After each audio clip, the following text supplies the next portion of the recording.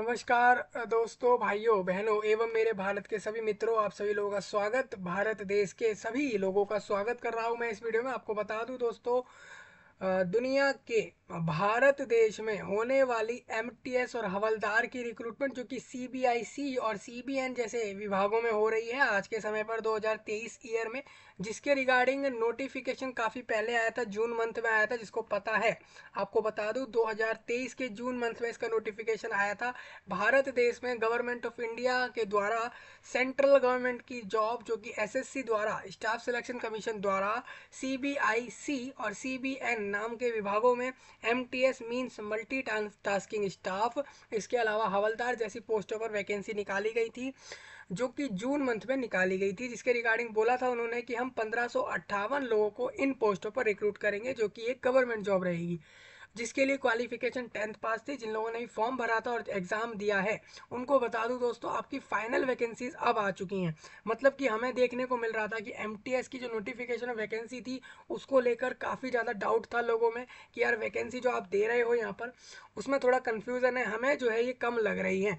तो अब अब जो फाइनल वैकेंसी आपकी आई है 2023 की, उसके रिगार्डिंग यहाँ पर आपको बढ़त देखने को मिलेगी, एक जो है इंक्रीमेंट देखने को मिलेगा इस नोटिस के अंदर। मैं आपको अब फाइनल वैकेंसी बताने वाला हूँ। जो भी एसएससी एमटीएस और हवलदार की नई वैकेंसियाँ अब आई हैं फाइनली 2023 की।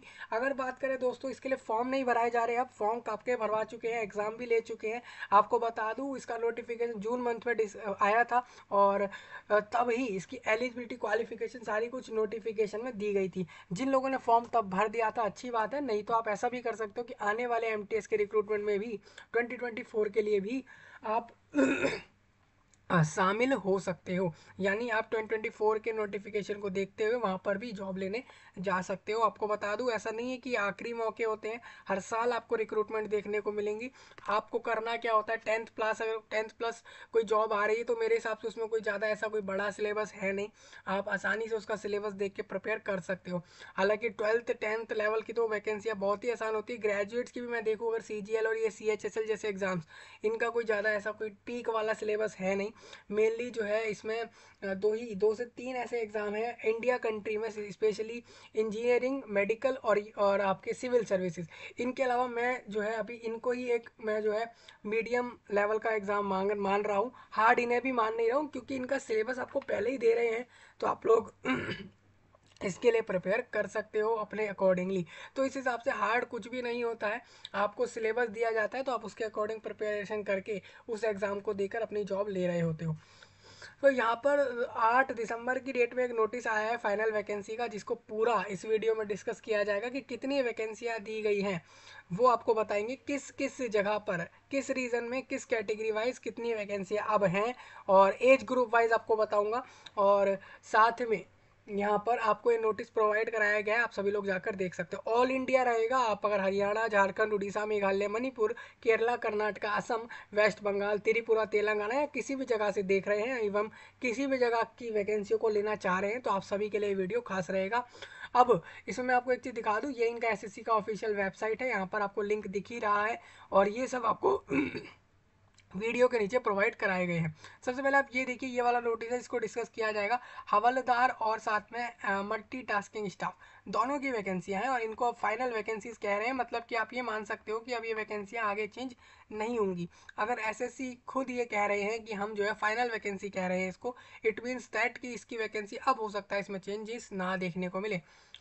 तो ये आपका नोटिफिकेशन है, उनको याद दिलाने के लिए उन लोगों को जो लोग ये जानना चाह रहे हैं कि इसका फॉर्म कब आया था, तो बता दूं, यहाँ पर 30 जून से फॉर्म स्टार्ट होकर 21 जुलाई 2023 के बीच फॉर्म भरवाए गए ऑनलाइन मोड में, और इसके बाद इस तरीके से रहा था। और इसके जो एग्ज़ाम थे वो सितंबर मंथ में रहे थे, और आज हम दिसंबर मंथ में हैं, तो आप समझ सकते हो कि एग्ज़ाम कब के हो चुके हैं इस जॉब के लिए।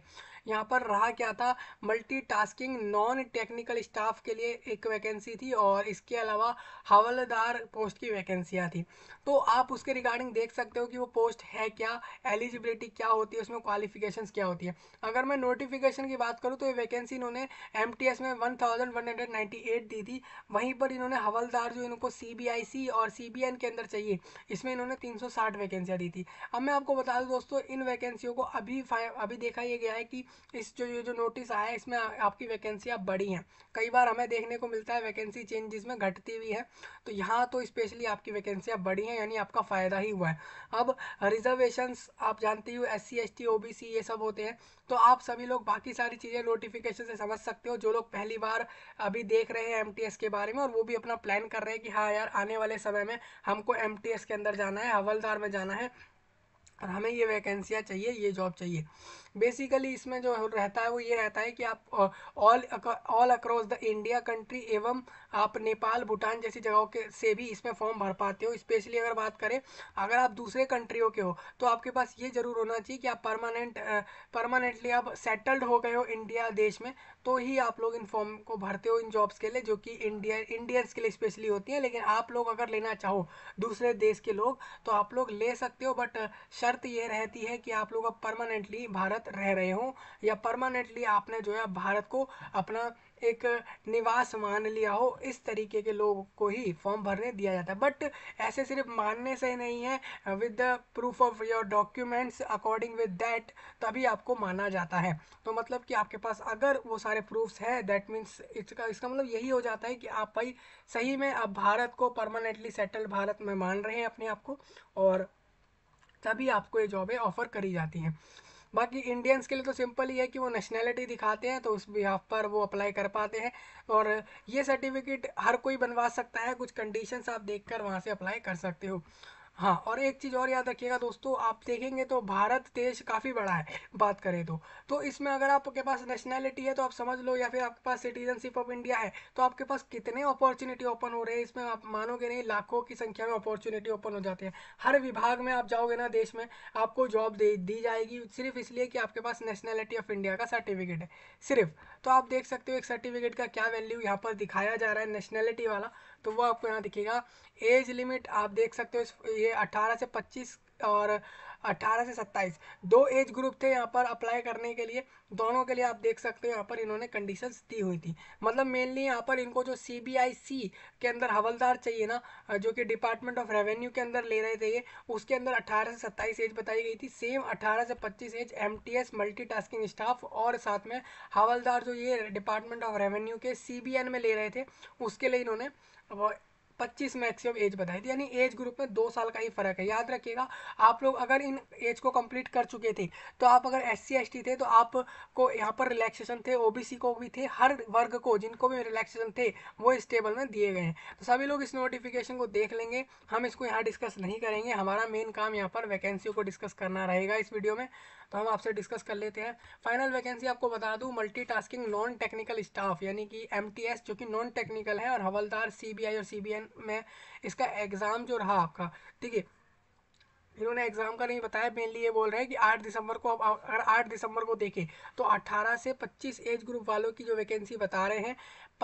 MTS की, तो MTS की वैकेंसी बता दूं सबसे पहले नॉर्थ वेस्टर्न रीजन वाली, फिर नॉर्थ रीजन, फिर सेंट्रल रीजन बताऊंगा आपको, और उसके बाद ईस्टर्न रीजन बताऊंगा। आप इसको समझ पा रहे होंगे, NWR मतलब नॉर्थ वेस्टर्न रीजन हो जाता है। मतलब अगर आप भारत का मैप उठाकर देखते हो, वहाँ पर आपको अगर ये दिखता है कि जो भी राज्य या जो भी एरिया आपके नॉर्थ और वेस्टर्न एरिया में आ रहे हैं, वहाँ की वैकेंसियाँ ये हो जाएंगी। ठीक है, इस तरीके से आपको चेक करना है। तो हम्म तो आप अगर देखते हो तो नॉर्थ वेस्टर्न एरिया में आपका पंजाब, जम्मू एंड कश्मीर, चंडीगढ़ और हिमाचल प्रदेश, हरियाणा और यूनियन टेरिटरी ऑफ लद्दाख। हालांकि अब ये यूनियन टेरिटरी है, पहले लोग कह रहे थे कि ये शायद स्टेट या जो भी था, अभी ये यूनियन टेरिटरी ऑफ लद्दाख हो चुका है। और इसकी वैकेंसियों के हिसाब से बता दूं तो यहाँ पर इसकी इधर वैकेंसियाँ थी ही नहीं आपकी MTS की, और लेकिन MTS की वैकेंसी पंजाब में 9 थी, 9 हैं, अब 9 हैं। आप ये मान के चलो, अब जो ये वैकेंसी इस टेबल में दिख रही है आप इसको फाइनल मान सकते हो, बिकॉज यहाँ लिखा भी है कि फाइनल वैकेंसीज हैं ये।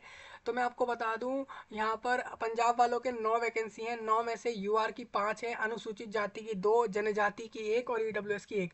सेम जम्मू कश्मीर वालों के लिए 8 वैकेंसी हैं, 2 यूआर में जाएगी और ओबीसी में 3 जाएंगी, एससी में 2 और ईडब्ल्यूएस में 1। एसटी की इसमें वैकेंसी नहीं है जम्मू कश्मीर वालों के लिए, अनुसूचित जनजातियों की नहीं है।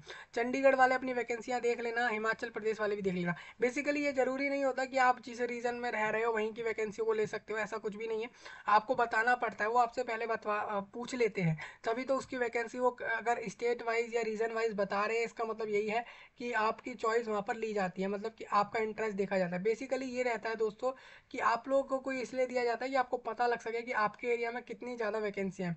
लोग बेसिकली उन एरियाज़ की तरफ जाते हैं जहाँ पर वैकेंसियाँ ज़्यादा देखने को मिलती है, जिससे कि उनको जॉब्स जो हैं वो आसानी से मिल जाए बिना किसी परेशानी के। जहाँ कम वैकेंसी होंगी वहाँ कंपटीशन बढ़ जाता है। तो ये एक चीज़ थी। अगर मैं बात करूँ नॉर्थ वेस्टर्न रीजन में एमटीएस की 46 वैकेंसी है, जो कि 18 से 25 ग्रुप में। अभी 18 से 27 ग्रुप की एमटीएस की अलग वैकेंसियाँ रहेंगी, जिसको मैं थोड़ा आगे डिस्कस करूँगा। मतलब कि एज ग्रुप वाइज इनकी वैकेंसियाँ हैं। नॉर्थ रीजन में आप देखोगे जैसे कि नॉर्थ भारत के नॉर्थ रीजन में दिल्ली आता है, राजस्थान और उत्तराखंड आ रहा है। दिल्ली में 486 वैकेंसीज हैं और एमटीएस में, जिसमें आप देख सकते हो यूआर की कितनी है, ओबीसी एससी एसटी सभी लोग समझ सकते हैं, राजस्थान में भी और उत्तराखंड में भी। तो सभी लोग इस तरीके से सेंट्रल रीजन की और ईस्टर्न रीजन की आप लोग देख लेना, और नॉर्थ ईस्टर्न रीजन की भी आप देख सकते हो, और एमपी रीजन की आप देख सकते हो जिसमें मध्य प्रदेश छत्तीसगढ़ आ रहा है। और वेस्टर्न रीजन में आप देखोगे तो यहाँ पर महाराष्ट्र, गुजरात और गोवा और दादरा एंड नगर हवेली जैसी जगहों की वैकेंसियाँ हैं एमटीएस में। साउथर्न रीजन की आप देख सकते हो, साउथर्न रीजन में आप देखोगे तो ऑल इंडिया भी आएगा, उसके अलावा ऑल इंडिया की वैकेंसी 1 है। और आंध्र प्रदेश, तेलंगाना, तमिलनाडु, पुडुचेरी की आप देख सकते हो। और K R means Karnataka, Kerala region की वैकेंसियाँ आप देख सकते हो यहाँ से। और इसी के बाद रीजन वाइज वैकेंसी आपको अब मैं यहाँ पर टोटल कंक्लूड करके बता देता हूँ, जो मतलब आपको भी ऊपर बताई गई ना, अलग अलग टेबल में नॉर्थ रीजन में अलग अलग स्टेटों की कैटेगरी वाइज। अब इनको एक एक रीजन की वैकेंसी को इन्होंने टोटल बताया है एक ही टेबल में, जिसमें आप देखोगे तो नॉर्थ वेस्टर्न रीजन में टोटल वैकेंसी 46 है, और नॉर्थ रीजन में 536 है एमटीएस 18 से 25 एज में। सेम 13 वैकेंसी सीआर यानी सेंट्रल रीजन में जा रही है, ईस्टर्न रीजन में 175 है। तो आप सभी लोग ये पूरे टेबल समझ लेना। 1171 वैकेंसी एमटीएस में 18 से 25 एज ग्रुप में इस बार की रखी गई हैं। तो आपको यहाँ से दिख रही है ये वैकेंसी रहेंगी। हाँ, अब मैं आपको बता दूं यहाँ से अब मैं आपको एमटीएस की वैकेंसियाँ 18 से, एमटीएस और हवलदार जो भी है इनकी वैकेंसियाँ 18 से 27 एज ग्रुप वालों के लिए बताता चलता हूँ। तो नॉर्थ वेस्टर्न रीजन में 9 वैकेंसियाँ हैं टोटल, जिसमें आप देख सकते हो, जो कि सिर्फ जम्मू कश्मीर में है। और इसके अलावा नॉर्थ रीजन की आप देख लेना, और फिर सेंट्रल और सारे रीजन की आप देखोगे तो इसके बाद एक टेबल आपको दोबारा दिखाऊंगा। 18 से 27 एज ग्रुप वालों में एमटीएस की vacancy total north western region में 9, और नॉर्थ रीजन में 113, सेंट्रल रीजन में 11 और ईस्टर्न रीजन में 20। तो टोटल ये वैकेंसी इस तरीके से 216 है। तो आप अभी देख रहे थे ऊपर 1100 कुछ वैकेंसी ऊपर थी, 216 ये हो गए। अब मैं आपको ऐसे बताऊंगा region wise consolidated vacancies MTS both age group, मतलब कि अब यहाँ पर आपको दोनों रीजन की एमटीएस की वैकेंसी इंक्लूड करके बताई गई है। मेनली यहाँ पर 18 से 25 और 18 से 27 दोनों की एमटीएस की वैकेंसी के अलग अलग रीजन को एक बार जो है क्लब कर दिया गया, क्लब करके बताई जा रही है कि नॉर्थ वेस्टर्न रीजन में 59 वैकेंसी 55, नॉर्थ रीजन में 649। तो इस तरीके से वैकेंसियाँ रहेंगी। मतलब कुल मिला के ये है कि एमटीएस की टोटल वैकेंसियाँ यहाँ पर जो रहेंगी वो 1377 है, भले ही वो 18 से 25 एज ग्रुप हो या फिर 27 हो, दोनों की मिलाकर। अब मैं समरी ऑफ वैकेंसी टोटल बताता चलता हूँ यहाँ पर। Summary of total vacancies MTS की बता दूं, दोबारा आप समझ लीजिए। अब कैटेगरी वाइज आपको बता देता हूं। मतलब ये है कि अब फाइनल वैकेंसी एमटीएस में 18 से 25 में यूआर की 586, और सेम ओबीसी वालों की 295, एससी और एसटी सभी लोग यहाँ से देख लेना। तो आपके लिए टोटल वैकेंसी अगर बात करें हर एज ग्रुप को मिलाकर, तो टोटल एमटीएस की वैकेंसी 1377 हो चुकी है, दोनों एज ग्रुप्स को मिलाकर। कैटेगरी वाइज आप लोग इस टेबल को समझ सकते हो। थोड़ा आगे चलते हैं। हाँ, अब हवलदार की वैकेंसियाँ समझेंगे जो सीबीआईसी और सीबीएन में रहेंगी। मैं आपको बता दूँ cadre control cadre control authority CCA मतलब कि कैडर कंट्रोल अथॉरिटी मीन्स ये हो जाता है, कैडर मीन्स क्या होता है कि एरिया, सपोज औरंगाबाद एक कैडर हो जाता है, बेंगलुरु एक कैडर कहा जाता है। मतलब कि अगर ये वैकेंसी आपके हवलदार है तो हवलदार की वैकेंसी अलग अलग कैडर में देखने को मिल रही है कि कितनी है। तो औरंगाबाद कैडर में हवलदार की वैकेंसी, बेंगलुरु और भोपाल, भुवनेश्वर, चंडीगढ़, चेन्नई, दिल्ली और गुवाहाटी, हैदराबाद, जयपुर जैसी जगहों को इनको बोला जाएगा हवलदार के कैडर की वैकेंसी है, कि इन कैडर में हवलदार की कितनी वैकेंसियां हैं। तो इसलिए आपका कैडर कंट्रोल अथॉरिटी सीसीए कहा जाता है इसको। सीसीए टाइप में आपको बता दूं सीजीएसटी रहेगा। अगर मैं बात करूं यहाँ पर हवलदार की वैकेंसियों की, तो आप देख लो औरंगाबाद में 22 वैकेंसी बताई गई, जिसमें 10 अनरिजर्व को दी जा रही है, एक अनुसूचित जाति को, 7 अदर बैकवर्ड कास्ट को, 4 ईडब्ल्यूएस को। यहाँ पर डिसेबिलिटी वाले वैकेंसी अपनी समझ लेंगे, टेबल में उनकी दी गई है। सपोज यहाँ पर गुवाहाटी, असम के गुवाहाटी में यहाँ पर 5 वैकेंसी ईएसएम और एक ओएच और एक एचएच जैसी डिसेबिलिटीज को दी गई है। तो आप सभी लोग यहाँ से वैकेंसी अपनी देख लेना, ये हवलदार की रहेंगी। तो हवलदार की वैकेंसियाँ टोटल बात करें तो 396 हैं। तो 396 टोटल फाइनल वैकेंसी हवलदार में जाएंगी और 1377 वैकेंसी टोटल एमटीएस में जाएंगी विद बोथ एज ग्रुप्स, दोनों एज ग्रुप्स के लिए। ठीक है, तो ये आपको समझ आ रहा होगा। तो अगर टोटल वैकेंसी की बात करें तो 73 हैं। अभी आप अगर बात करो तो पहले वैकेंसियाँ कितनी थी, तो पहले वैकेंसी 1558 वैकेंसियाँ थी। आप देख लो 1558 वैकेंसियाँ थी अप्रोक्स। वो जो आपको नोटिफिकेशन वैकेंसी दिखाई है उसका टोटल यही आ रहा है। तो आप देख लो कि 1560 के लगभग वैकेंसी इन्होंने 1760 के करीब यहाँ पर अगर माने तो 210 के करीब वैकेंसियाँ, 210 से लेकर 210 या 215 वैकेंसी एक्चुअल में मेरे को यहाँ पर बढ़ती हुई दिख रही हैं। हाँ, 215 वैकेंसी आपकी जो है यहाँ पर एक्स्ट्रा ऐड हुई हैं।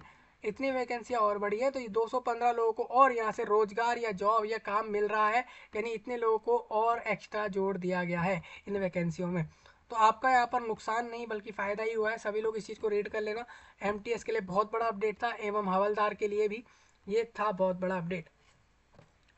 हाँ, हवलदार ऐसा नहीं होता दोस्तों कि सिर्फ आपको पुलिस विभाग में देखने को मिल रहे हैं, फोर्सेज में भी रहते हैं, सीबीआईसी में भी, सीबीएन, अलग अलग जगहों पर जहाँ ज़रूरत होती है वहाँ पर उस हिसाब से वो लोग ले लेते हैं। तो आप लोग देख सकते हो।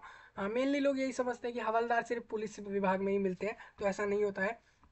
हाँ, ये एक डाउट मैं आपका क्लियर इसीलिए कर रहा था कि हवलदार सिर्फ पुलिस में नहीं होते, लोग ऐसा भी मानते हैं।